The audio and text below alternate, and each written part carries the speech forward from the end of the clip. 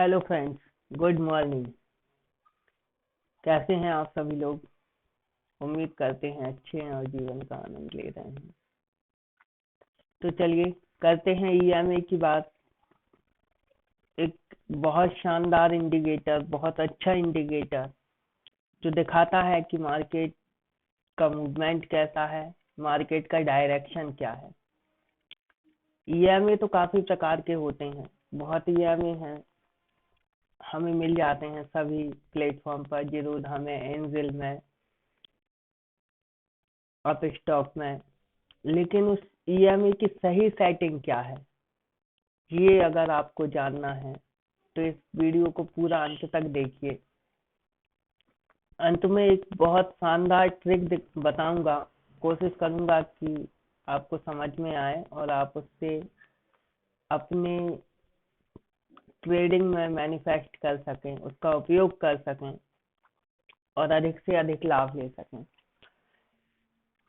कोशिश तो यही रहेगी कि आपको हर एक बात बहुत आसान शब्दों में समझाने की कोशिश करूं। तो ये सेंसेक्स का चार्ट है, देख पा रहे हैं आप।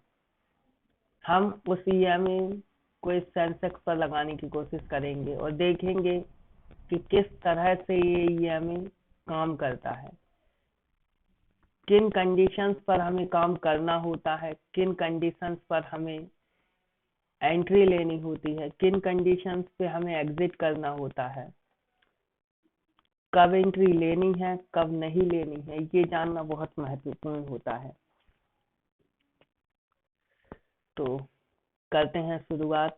आप जो भी प्लेटफॉर्म यूज करते हैं उसमें इंडिकेटर का जो ऑप्शन होता है, जैसे कि मैं करता हूँ अपना एंजिल, तो आप देख पा रहे हैं ये एंजिल का चार्ट है। इस पर आपको कुछ नहीं करना, सीधे इंडिकेटर्स पर जाना है। इंडिकेटर्स में जाके आपको ईएमए जब आप ट्रेस करेंगे तो आपको आ जाएगा यहाँ मूविंग एवरेज एक्सपेंशन।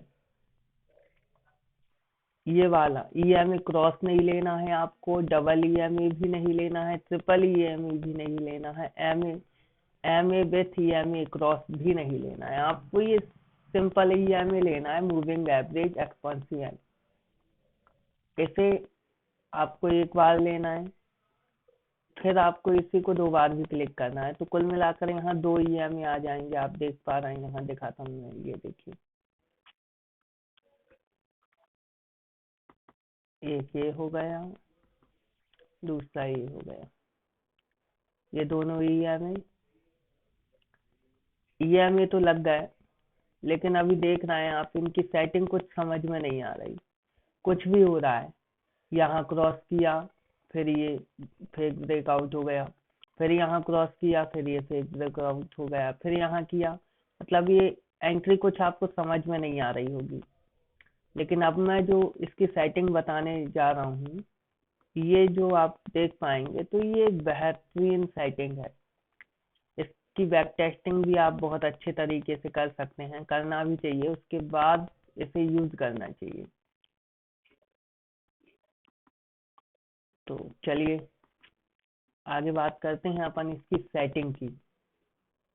ये देख पा रहे हैं आप ईएमए, देखिए ऐसा जो ईएमए है तो ये तो दिखाएगा आपको कि ये फेक ब्रेकआउट है।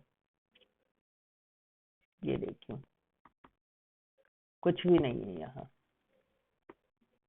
ये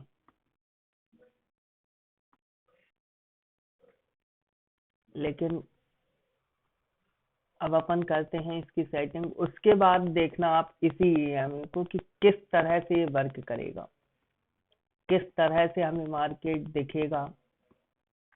सबसे पहले क्लिक करेंगे पहले वाले ईएमए की सेटिंग पर। पहले वाले ईएमए की सेटिंग पर क्लिक करेंगे तो आपको आएगा ये इनपुट। इनपुट आएगा तो इसकी जो लेंथ है वो 9 रखेंगे और शूटिंग लेंथ, स्मूथिंग लेंथ कर देंगे अपन 5।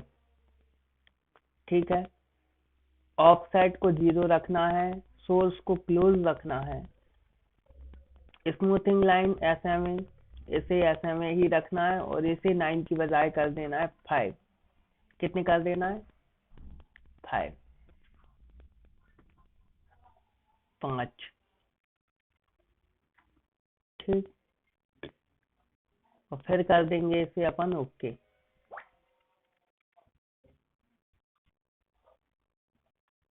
ये कर दिया अपन ने ओके, हो गया ये। अब जो नेक्स्ट वाला ईएमई है, इस ईएमई को कर देना है 15, 15, और इसे कर देना है फिर से, इसे रखना है 9 ही। ठीक है,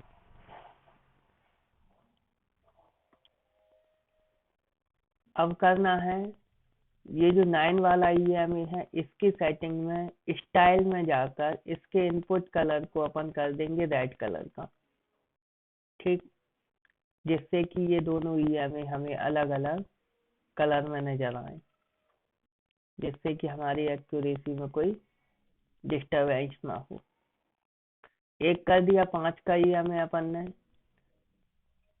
9 का ईएमई, सॉरी, एक कर दिया 9 का, 9 का, और एक कर दिया 15 का।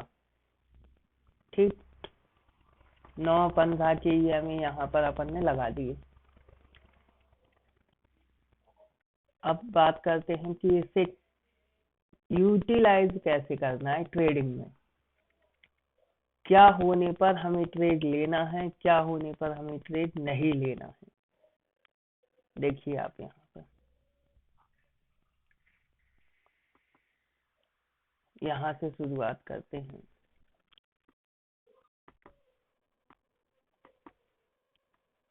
ईएमए के ब्रेकआउट पर, ईएमए के ब्रेकआउट पर, देखिए ईएमए के ब्रेकआउट पर जब कैंडल ऊपर क्लोज हो जाए, कोई भी ग्रीन कैंडल ऊपर क्लोज हो जाए, दोनों ईएमए के ऊपर कैंडल क्लोज हो जाए, फिर उस कैंडल की रीटेस्टिंग पर, उस कैंडल के रीटेस्टिंग पर, मतलब यहाँ पर हमें एंट्री लेना है। ठीक है, और एंट्री हमें जब तक रखना है जब तक कि कोई भी कैंडल नीचे, इन दोनों ईएमए के नीचे क्लोज ना हो, इस ईएमए के और इस ईएमए के, इन दोनों ईएमए के नीचे जब तक कोई भी कैंडल क्लोज नहीं होगी, तब तक हम अपनी ट्रेड से एग्जिट नहीं होंगे। इसके नीचे होना ही, क्लोज होना ही हमारी ट्रेड का स्टॉप लॉस रहेगा, और टारगेट ओपन रहेगा, कोई दिक्कत नहीं है, जहां तक चाहे वहां तक रख सकते हैं। ये तो हो गई बाइंग की कंडीशन।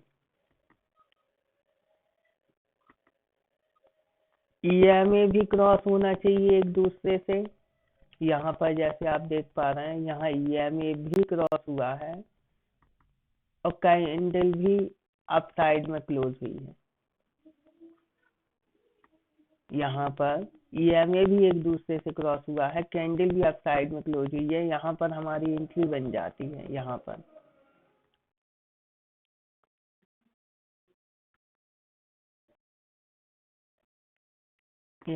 एंट्री बन जाती है, और ये रहा फिर हमारा टारगेट। ठीक है, अब अगर यहाँ पर देखें, यहाँ की बात करें, देखिए इस कंडीशन की बात करें तो ध्यान से देखिए, यहाँ पर ईएमए की कैंडल तो क्लोज हुई है ऊपर, ईएमए की कैंडल तो क्लोज हुई है, लेकिन ईएमए ने क्रॉस नहीं किया है, एक दूसरे को क्रॉस ओवर नहीं किया है। और जब तक EMA एक दूसरे को क्रॉस ओवर नहीं देगा हम एंट्री नहीं बनाते हैं। पहले EMA को क्रॉस ओवर देना होगा, उसके बाद कैंडल क्लोज हो। अगर कैंडल क्लोज हो गई, EMA ने क्रॉस ओवर नहीं दिया, तो ये हमारे लिए फेक ब्रेकआउट रहेगा या कम पॉइंट में हमें एग्जिट करना पड़ सकता है। लेकिन लंबे टारगेट के लिए EMA का क्लोज होना, कैंडल से पहले क्लोज होना जरूरी है। यहाँ पर देखिए आप, यहाँ पर बात करते हैं अपन पुट की एंट्री की या सेल की। ये कंडीशन, कैंडल क्लोज हुई, साथ में EMA क्रॉस हुआ। इस कैंडल पर EMA क्रॉस हुआ हमारा, तो हम इस कैंडल पर एंट्री कर सकते हैं। टारगेट रहेगा हमारा इस कैंडल EMA के ऊपर। अगर कोई भी कैंडल क्लोज होती है तो ये हमारा स्टॉप लॉस रहेगा, अदरवाइज हम उस ट्रेड में बिल्कुल रुक सकते हैं नीचे तक के लिए। ये देखिए आप, ना तो EMA ने क्रॉस ओवर दिया, ना ही कोई कैंडल ऊपर क्लोज हुई। ऐसा हम बैक टेस्टिंग में भी देख सकते हैं। दिखाता हूँ मैं आपको, देखने और समझने की कोशिश कीजिएगा। ये तो साइडवेज मार्केट था, ये जो सारा देख पा रहे हैं आप, ये साइडवेज मार्केट कहलाएगा। ये हमें ऐसी कंडीशन में काम नहीं करता है, ठीक है।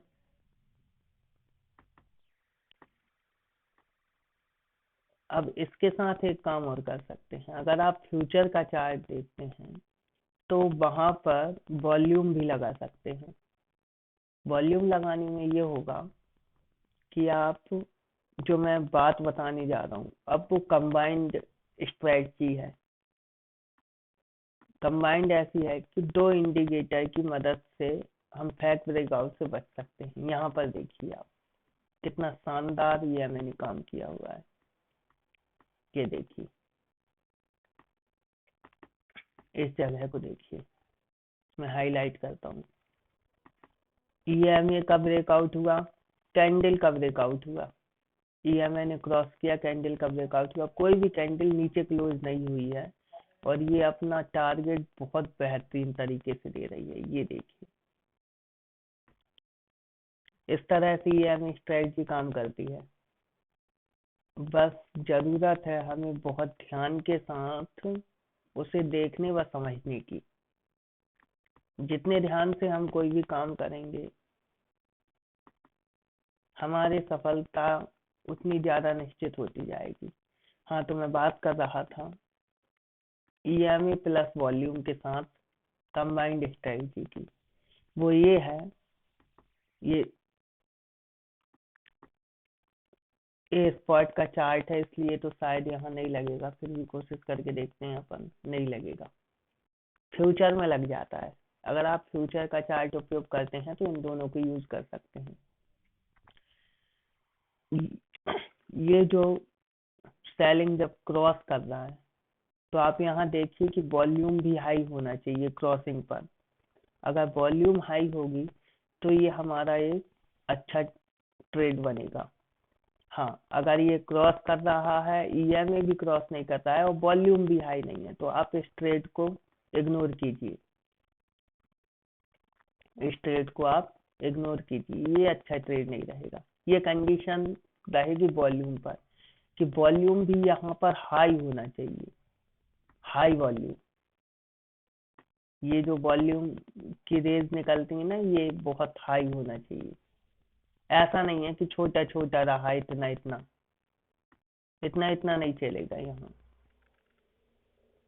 एक बहुत अच्छी क्वांटिटी में वॉल्यूम आना चाहिए, तो ये एक EMA स्ट्रेटजी बहुत बेहतरीन काम करेगी। आप प्रॉपर मतलब पैसा बना सकते हैं। इंडिकेटर केवल हमें मार्केट का मूड प्रदर्शित करते हैं, मार्केट का ट्रेंड बताते हैं। कि मार्केट अप ट्रेंड में है या डाउन ट्रेंड में है। ईएमए बेस पर हमें जो भी निर्णय लेने होते हैं वो हमारी अपनी बुद्धि व विवेक के ऊपर निर्भर करते हैं कि हम कहाँ पर ले रहे हैं, सपोर्ट पर ले रहे हैं बाय की ट्रेड या सेल की ट्रेड रेजिस्टेंस पर ले रहे हैं। इन दोनों बातों को ध्यान में रखते हुए अपनी ट्रेडिंग को सक्सेस करिए, अपनी ट्रेडिंग करियर को सक्सेस करिए। इन्हीं शुभकामनाओं के साथ आज के लिए इतना काफ़ी है। बाकी मिलते हैं आपसे कल एक नए वीडियो में एक नए अपडेट के साथ। Thanks for watching. अगर आप चैनल पर नए हैं तो कृपया इसे सब्सक्राइब कर सकते हैं। इस तरह के नए अपडेट के लिए सब्सक्राइब कीजिए और बहुत सारे कॉन्सेप्ट मैं क्लियर करता जाऊंगा। कोशिश करूंगा कि जितने भी इंडिकेटर्स वगैरह हैं, कैंडल स्टिक पैटर्न है, कैंडल हैं, सारे कॉन्सेप्ट मैं आपके साथ शेयर करने की कोशिश करूंगा। इन्हीं सब शुभकामनाओं के साथ आज के लिए इतना काफ़ी है। मिलते हैं आपसे एक नए वीडियो में। Thank you. Thanks for watching.